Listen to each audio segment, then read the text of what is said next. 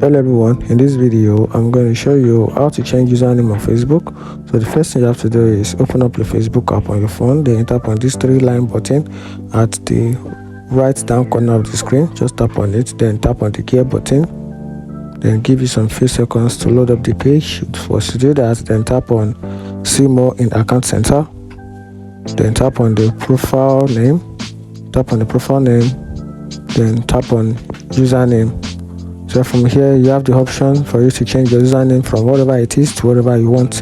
And here is a quick note. It is a quick thing that you must notice, or you have the back of your mind, is that once you change your username, it will definitely affect the current URL of your Facebook. So if you are the type of person that share your URL of your profile to different type of people, or you had it to different type of website, you may have to go back and change it again, because once you change your username, you change your Facebook URL, and that's it. If you find this video helpful, turn on the notification bell and follow for more. Thank you.